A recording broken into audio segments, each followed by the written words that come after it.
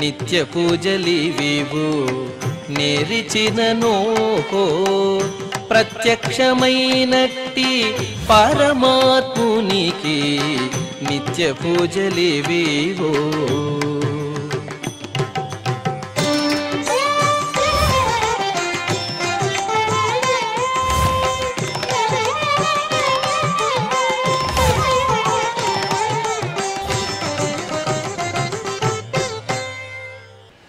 ఓం నమో వెంకటేశాయ. ఈరోజు ఆదివారము, శ్రీ విశ్వావసునామ సంవత్సరము, దక్షిణాయనము, గ్రీష్మ ఋతువు, ఆషాఢమాసము, కృష్ణపక్షము, దశమి తిథి, కృత్తికా నక్షత్రము, జూలై 20, 2025.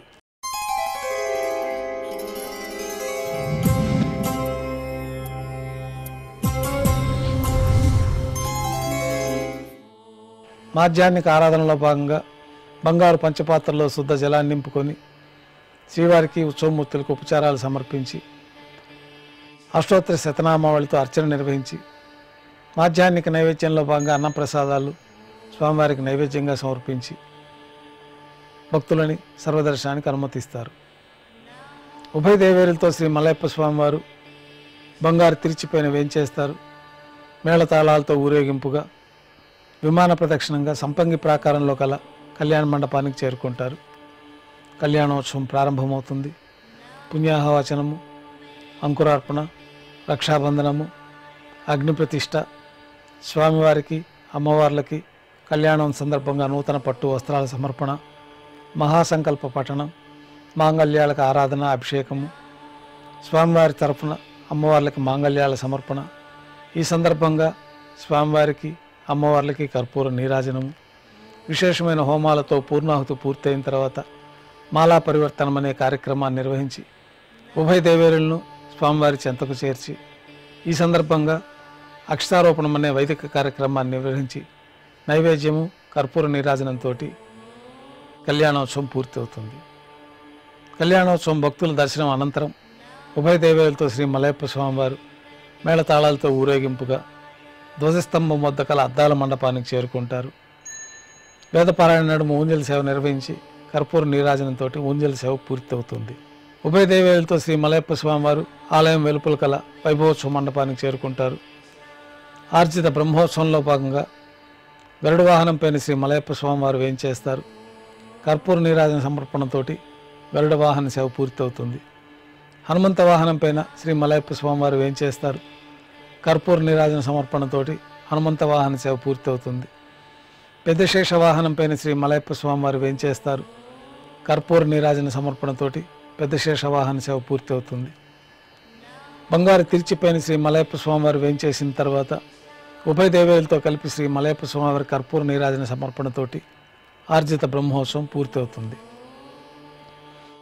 సాయం సంధ్య వేళల్లో 1000 దీపాలతో అలంకరించబడి ఉన్న సహస్ర దీపాలంకరణ సేవ మండపానికి ఉభయ దేవేరులతో శ్రీ మలయప్ప స్వామివారు చేరుకుంటారు.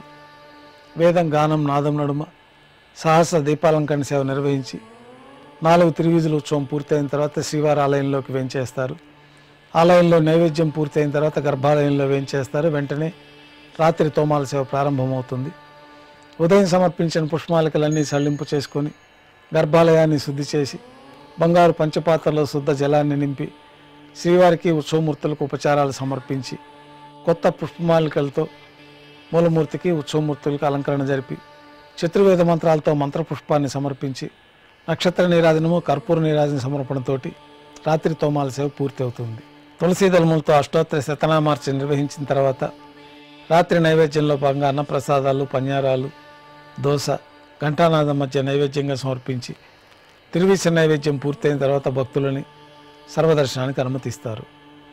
కొద్ది విరామం తర్వాత ఏకాంత సేవలో భాగంగా రాత్రి సమర్పించిన పుష్పమాలికలన్నీ సళ్లింపు చేసుకొని గర్భాలయాన్ని శుద్ధి చేసుకొని బంగారు పంచపాత్రలో చతుర్ముఖ బ్రహ్మ తిరువారాధన కోసమై తీర్థాన్ని సమర్పించి కౌతుక భైరవ పైన శ్రీ భోగ శ్రీనివాసమూర్తి వారిని బంగారు పట్టు పాన్పు పైన వేంచేపు చేసి ఈ సందర్భంగా దారోష్ణమైన గోక్షీరము, జీడిపప్పు, ద్రాక్ష, కలకండ కలిపిన మిశ్రమము, పండ్లు నైవేద్యంగా సమర్పించి కర్పూర నీరాజనంతో ఏకాంత సేవ పూర్తి అవుతుంది. ఓం నమో వెంకటేశాయ.